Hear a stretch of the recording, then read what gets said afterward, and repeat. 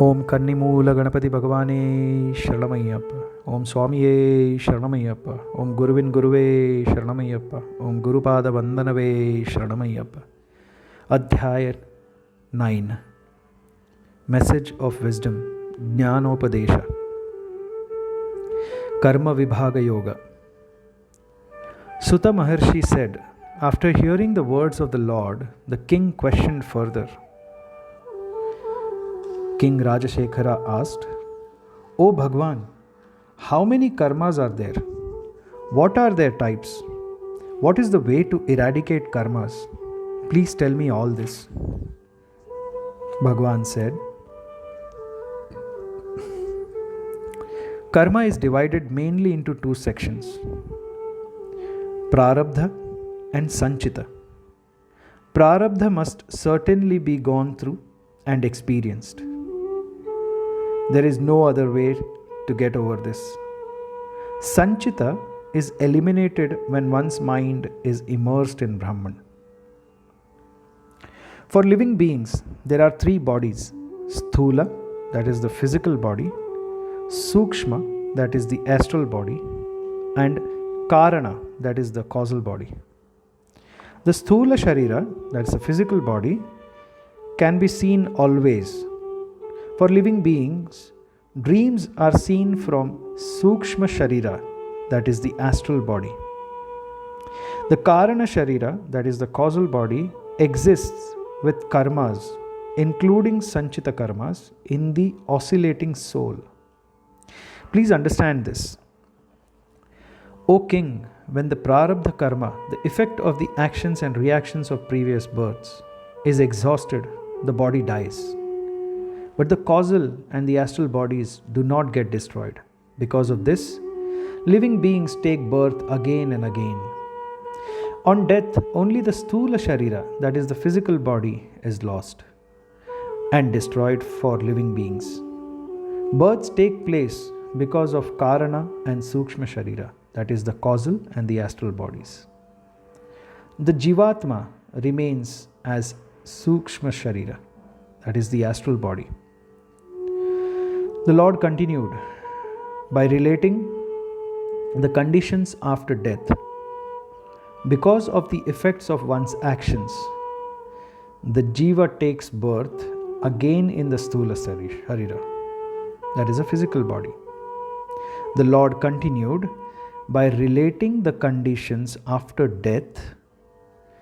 Because of the effects of one's actions, the Jiva takes birth again in a Sthula Sharira, that is physical body, along with the Sukshma Sharira and the Karana Sharira, that is the astral and the causal bodies.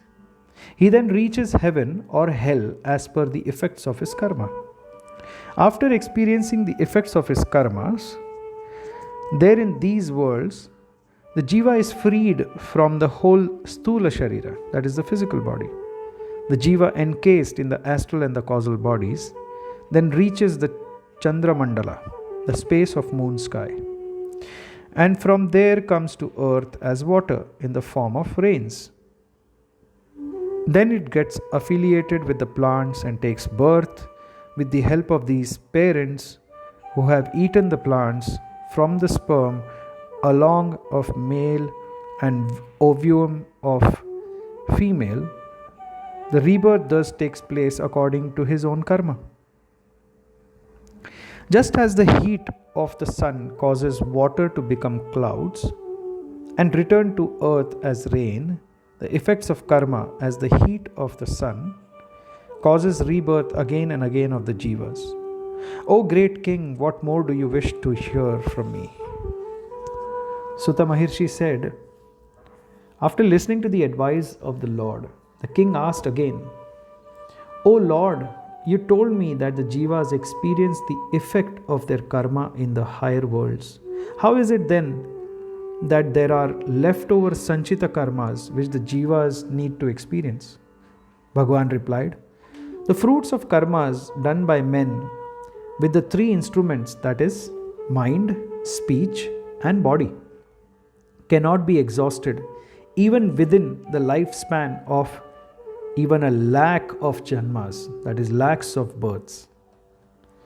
This only shows how even janmas or births in this world are inadequate to complete the reactions and actions done through mind, speech, and body. Bhagavan then explained in brief what is prarabdha karma allotted to each individual. One portion of the totality of the karmas, which is the cause of the encasement in an external body, is now taken out and given to soul to be experienced. This portion is called the prarabdha karma. Thus ordained by God, jivas come to this world to experience the prarabdha karmas. The balances of the karmas, which has not yet been assigned to be experienced in the physical body, are called sanchita karma. O king, I shall explain more. When the mind of intelligent person is fixed steadfastly in Brahman, that very moment the sanchita karmas and future janmas will vanish. If the root of a tree gets sick, how can a tree exist? When jnana, that is wisdom, dawns, the root of future births die. The prarabdha karma cause for this physical life and body has got to be gone through. Who can stand against that which has been ordained by God? So take care of your body, for only through your body can you gain an understanding of Brahman from realized souls. How can you otherwise gain that knowledge? The way to gain dharma, that is righteous action, artha, that is wealth, kama, that is desire, or moksha, that is salvation, is through the body, and body only. Therefore, O king, it is necessary to take care of the body. Once the body will perish, but one does not know when. Please, however, do not think why at all then this body should prolong. This body is not meant only for sensual enjoyment, it is for gaining a great perception of the truth. So please understand this and take care of your body. Bhagavan then proceeded to explain who is the one entitled for gaining that understanding of the tattva, that is, the truth, the reality, in whose heart is steadfastly fixed dispassion, vairagya, love for Guru, sama, that is tranquility, and dama, control over senses. He is the one fit to understand the tattva. The Ashtaragas, 8 types of feelings, are to be completely discarded gradually. Kama, Krodha, Lobha, Mada, Matsarya, Dambha, Ahankara, and Moha are the 8 feelings. O great king, this becomes easy by the steadfast devotion towards me. One who is not a bhakta, devotee of God, will be incompetent to become a victor of the Ashtaragas, even though he may endeavor at the maximum. Even if one gains scriptural knowledge, will become a prey to the Ashtaragas if he does not have devotion to God. It is doubtless. One who by my grace steadily gets rid of Ashtaragas, he sees me as the absolute Nirguna. Then his mind gets attuned to me. In such a state, he is nothing else but bliss. Thus ends Karma Vibhaga Yoga. Now, Bhakti Vibhaga Yoga. Please understand that Maya is twofold. They are Vidya, that is knowledge, and Avidya, that is ignorance. With devotion born with Vidya, one can attain salvation adequately possible, as pointed out previously. The quality which is serene and pure is the outcome of Vidya. This is attained by devotion to the Lord. The second is Avidya. Devotion born of Avidya, that is ignorance, causes births. Vidya, on the other hand, is sattvic and pure in character. The other one, with the characters of Rajas and Tamas, is Avidya. It causes births. This Avidya stands in the forefront as Buddhi Rupi, that is intellect, whereas Vidya stays in background as Manorupi, that of the mind. It is because of this I explained previously that buddhi, that is intellect, should recede to the background of the manas, that is mind. No further thought on this matter is necessary. When the mind merges in Brahman, Vidya also vanishes. With the disappearance or extinction of Vidya, the mind becomes nirguna with no qualities, the absolute. This is the truth. Vidya is born of punya, that is virtuous, and avidya is born of papa, that is vices.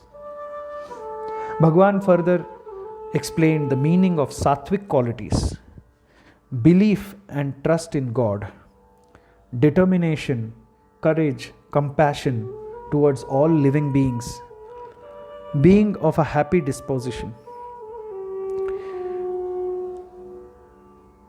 Bhagavan further explained rajasic qualities: pride, vanity, prejudice, discontentment, doing good things to gain praise from others in the world, egoism, etc. And the tamasic qualities are ignorance, sleeping during daytime, no power of discretion, wavering character, greed, always tend to do some vices, that is sins. These are the qualities of tamasa. Thus you have heard me say about the three qualities. Bhagavan further said about the qualities of a devotee or devotion. Who is the pure devotee? People devote themselves to me in three ways: uttama, madhyama, and adhama, highest, middle, and lowest. Without any ulterior motive, fully understanding that I am the Lord of everything, one who is devoted to me and meditated on me all the time, with compassion in his heart towards all living beings, doing good to others with no expectations, and takes my name all the time, such a person is my highest devotee, Uttama Bhakta. One who worships my devotees, who thinks that his mind and heart is my temple, is my highest devotee, Uttama Bhakta. One who always insists on treading the truth, devoid of vanity and egoism, one who does not waste his time, is my Uttama Bhakta. One who has dispassion towards worldly enjoyments and takes delight in listening to my qualities and stories, and does his duties for the daily bread, giving importance to justice and truth, is my Uttama Bhakta. Bhagavan further proceeded to explain how he blesses his Uttama Bhaktas. Seated in this hearts to destroy the miseries of samsara, I play the role of a guru imparting the necessary teachings. This is the truth. Afterward, possessed of nirgunas, qualities of absolute, experiences blissful ananda. Bhagavan then dealt with the middle type, Madhyama Bhakta. One who is devoted to me for gaining worldly welfare, that is, wealth, house, children, etc., is a Madhyama Bhakta. If he attains the end of his prarabdha, he reaches me, this very birth, thus being the result of his devotion to me. Certain is this. If not, he reaps the fruits of his devotion in his next birth. Thus, for Madhyama Bhakta, there is a likelihood of another birth. The Uttama Bhakta only is entitled to salvation this very birth. To indict trouble on others, some people do devotion to me. He may attain this objective, but with slight differences which please listen. The lowest type, possessed of tamoguna, when he does devotion to me to cause harm on others, if the latter is pure, he is saved without any trouble, and my wrath now catches hold of the former, which has indicated pain. The Lord concluded, thus briefly I explained, O mighty King, about the three types of devotions to me. What more do you desire me to explain to you? Thus ends Bhakti Vibhaga Yoga. Karma Yoga. The king asked Bhagavan, O Bhagavan, when mind is merged in Brahman, how is one able to act for one's living? Further, how does dispassion, that is Vairagya, set in? Please explain. I may clear my doubt. Bhagavan said, O king, one who exhibits feats climbs on a big staff but keeps his mind always in the act of exhibiting his feats. Because his mind has attained one pointedness, does his feet undergo any failure? Thus, although one's mind is merged in Brahman, that stage is no obstruction to do karmas, that is your work. Great tapasvis, the saints like Janaka, Sukha, Gargi, and Katvanga, although leading their lives like grihasthas, householders on earth, attained liberation. They attained moksha without attachment to samsara, that is worldly life. What I have said is the truth. O great king, the things seen are transient, not permanent. Permanent is the Paramananda, the bliss, the Brahman, which is the Parama-Atma Swarupa, the form of the Paramatma, the Supreme. Even iron, rock, wood, etc. all get disintegrated gradually. How is then the physical body made of skin, flesh, blood, urine, excreta, etc. immortal? The body itself is a great wonder of Maya. What else can be greater wonder than this? Even the just born calf of the cow stands up to suckle the milk of the udder of the cow. What is the power which directs the calf to do so? Who has made the calf understand that there is milk in the breast? What else to state other than that these are the varied actions of Maya? The wife who does not serve the husband is not loved by him. Nobody loves another without any return. It is only with something in view one loves another. O the foremost amongst the kings, why do you carry the painful sorrow, thinking of silly things unnecessarily? One who is caught in the lusty eyes of women never gets happiness in the world. One can get married to get to a good habited woman, to get children, but having a desire for other women is not fit for noble men. O king, please understand that this world is a stage. God the director of the stage, night the curtain, sun the light, the living beings as actors, actions, that is karma, the instruments of orchestra. Music is the vasana, that is desire. Thus men enact dramas in this world. When a man goes thinking as this, one gets easily the dispassion, that is vairagya, which is difficult to attain. Thus ends Karma Yoga. Now, Varna Vibhaga Yoga. The king requested, O Lord of the Lord, please expound the Varna Ashrama Dharma. Hearing the king, Bhagavana, with the face beautified by the smile, started explaining. O king, in the olden days, there was only one caste. On the account of karma, 4 types of varnas became prevalent. O king, the Brahmana, Kshatriya, Vaishya and Shudra are the 4 varnas corresponding to my face, hands, thighs and feet respectively. These 4 variations arose because of different types of karmas.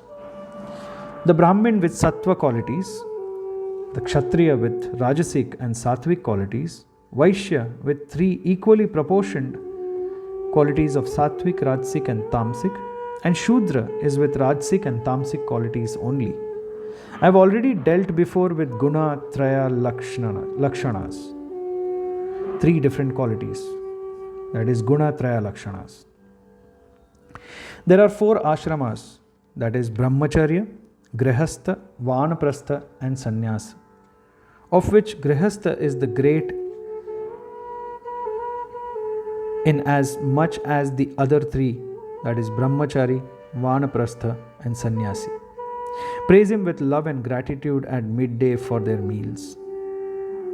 Not only that, many beings have their livelihood and depend on Grihastha. Therefore, Grihastha ashrama is great. To attain a pure heart communion with the Brahman, why are you thinking of these things unnecessarily? You will land yourself in thoughtful confusion when you research of all these shastras. This shows you doubt as to what path you should take. This is the result. That is why I have told you the essence of all the tattvas. In a heart devoid of bringing out good beneficial action, if one does not desire to root out the ego, only by this one gets weak to merge his mind in the Brahman. Such a heart is akin to a barren desert, waste and abortive indeed. That part of the land which does not support plant life is covered with wild thorns, grass, and parasites, hence harmful. Likewise, a man's heart is capable of producing any beneficial good action, gets entangled in the malefic ragas because of ignorance and thereby renders itself incapable of Brahmajnana and literally becomes waste, dull, etc. This is the truth. After all these teachings, Lord Manikantha made an open declaration to the king. O great king, I am the omniscient, the omnipresent, and the omnipotent. I am the witness in all. Abandoning all dharmas, meditate on me with all your mind immediately. O, I am even now furnishing you salvation, which will at once lift you from all of the sorrows of this birth and its attendant miseries. Thus ends the Varna Vibhaga Yoga. Om Swamy Sharanam. Om Swamy Sharanam. Om Swamy Sharanam. This is the end of Adhyaya 9. Om Swamy Sharanam.